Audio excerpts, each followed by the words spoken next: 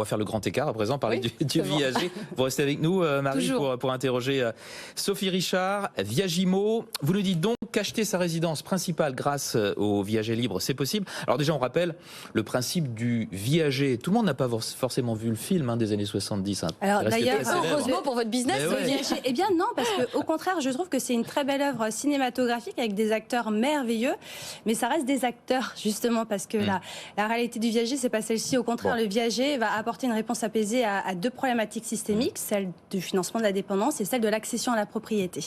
Donc pour rappel, le viager, c'est une vente immobilière. On va retrouver deux types principalement de viager. Le viager occupé, qui est le plus connu, où le vendeur fait le choix de rester vivre chez lui. Et l'acquéreur va bénéficier d'une décote sur le prix grâce à l'occupation par le vendeur.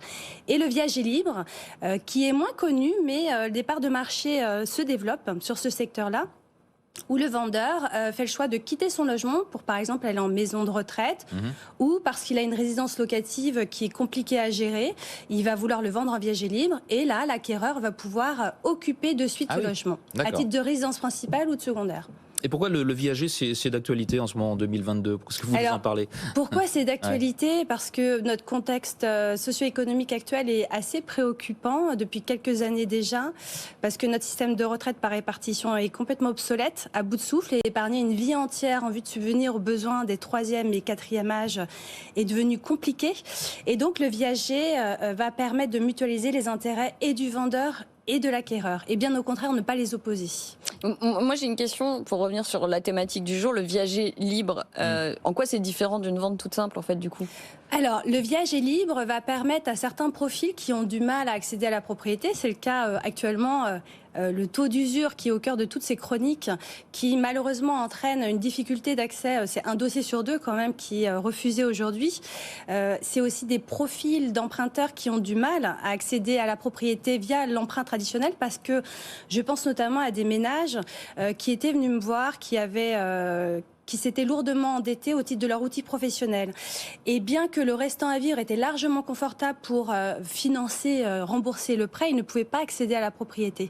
Je pense aussi à des personnes qui ont eu des maladies pour qui l'assurance décès invalidité est compliquée et difficilement accessible financièrement, ou encore des personnes qui vont avoir des profils atypiques où les pourboires seront un revenu complémentaire important et peu pris en charge par l'établissement prêteur.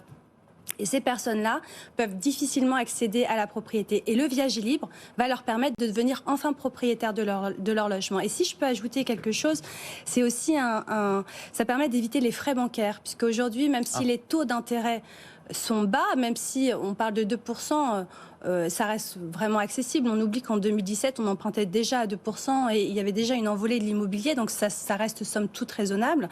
Emprunter aujourd'hui, si on devait emprunter 400 000 euros à titre d'exemple sur 25 ans, ça représente un coût de financement de 175 000 euros quand même. Donc acheter en viager libre permet à des personnes qui ne peuvent pas accéder à la propriété par l'emprunt traditionnel d'y accéder et d'éviter les intérêts bancaires. Mais pourquoi, Sophie, en fait, moi c'est ça ma question, c'est quelle est la différence ? En gros, concrètement, ça se passe comment ? J'achète en viager libre, ça se passe comment ? Alors, comment ça se passe ? Vous allez... Donc déjà, ça reste une vente immobilière. Donc, un marché composé d'une offre et d'une demande. Donc, un acquéreur va trouver, par l'intermédiaire d'un expert viagériste, puisque ça reste une vente complexe qui ne s'improvise pas. Donc, il va rechercher c'est pas sur les sites traditionnels immobilier. Non, parce on en trouve moins. Voilà, il faut entourer juridiquement quand même le contrat. C'est un contrat dans le temps. Il n'y a pas de rétroactivité possible. Donc, quand on oublie ou on omet des clauses substantielles, ça reste compliqué. Il y a beaucoup de clauses dites contractuelles et non légales. Ça veut dire qu'il ne faut pas les oublier dès l'acte de vente. Donc, concrètement, Marie, quand vous décidez d'acheter en viager libre, vous allez acheter un bien en finançant un bouquet qui peut correspondre à votre rapport personnel, comme en banque, comme si vous alliez vers un établissement prêteur pour accéder à la propriété, et vous allez payer au vendeur une rente viagère toute sa vie durant, qui pourrait remplacer la mensualité. Mais donc du coup, le bouquet, il est équivalent à combien ? Parce que j'imagine que du coup, il y a quand même une différence entre le viager occupé et le viager libre. On paie plus cher un viager libre ? Oui, nécessairement, parce que quand on achète un viager occupé, alors le viager occupé va plutôt correspondre à des investisseurs qui veulent se constituer un patrimoine immobilier pour plus tard, pour anticiper et sécuriser sa propre retraite, parce que la retraite est source de crainte pour beaucoup, pour nos grands-parents actuellement, mais comme pour nous autres actifs, je pense notamment aux commerçants, des personnes indépendantes qui n'auront peut-être pas un régime complémentaire suffisamment intéressant pour maintenir un niveau de vie auquel ils étaient habitués. Donc le viager occupé va plutôt s'adresser à ce profil d'investisseurs qui veulent sécuriser leur avenir et se constituer un patrimoine immobilier progressivement dans le temps. Le fait que le viager soit occupé par le vendeur, il y aura bien évidemment une décote d'occupation qui sera liée à son espérance de vie statistique. Donc on va vraiment s'adresser à des investisseurs. Alors que le viager libre, on va vraiment s'adresser à des personnes qui veulent accéder, devenir propriétaires. Je pense aussi aux primo-accédants, comme quoi il n'y a pas trop d'écart entre votre chronique et la mienne, puisque le viager libre va également concerner des jeunes qui veulent acheter pour la première fois leur logement et qui n'ont pas le CDI qui va bien, l'apport personnel qui va bien ou qui ne peuvent pas acheter de manière traditionnelle à la banque. En quelques mots, quel conseil donneriez-vous aux acquéreurs qui veulent se lancer dans l'achat d'un viager libre? Il y en a beaucoup de précautions. Alors déjà, c'est de s'adresser en premier lieu à un expert, viagériste, parce que c'est une vente qui ne s'improvise pas. Il y a beaucoup de précautions. Alors, il va y avoir quid, par exemple, de l'occupation par le vendeur, du droit d'usage et d'habitation. Si le vendeur devait quitter par anticipation son logement, quelles sont les modalités? Comment encadrer cette occupation pour que le logement ne reste pas inoccupé pendant plusieurs années, ce qui aurait des conséquences importantes sur le bâti et les équipements. C'est également...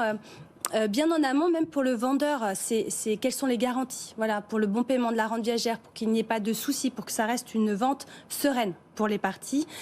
Et peut-être en premier lieu, la première précaution, c'est de se poser les bonnes questions. Pourquoi je désire acheter ou vendre en viager? Pour que l'expert viagériste puisse ventiler au mieux ce fameux bouquet et la rente viagère.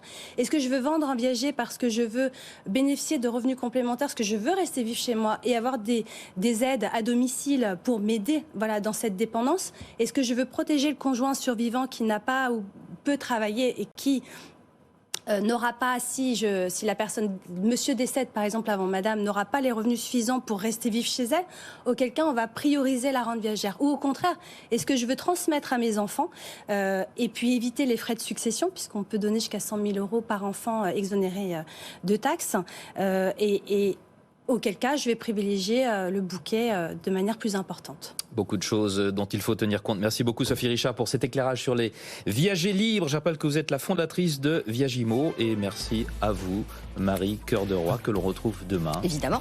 Même lieu, même heure.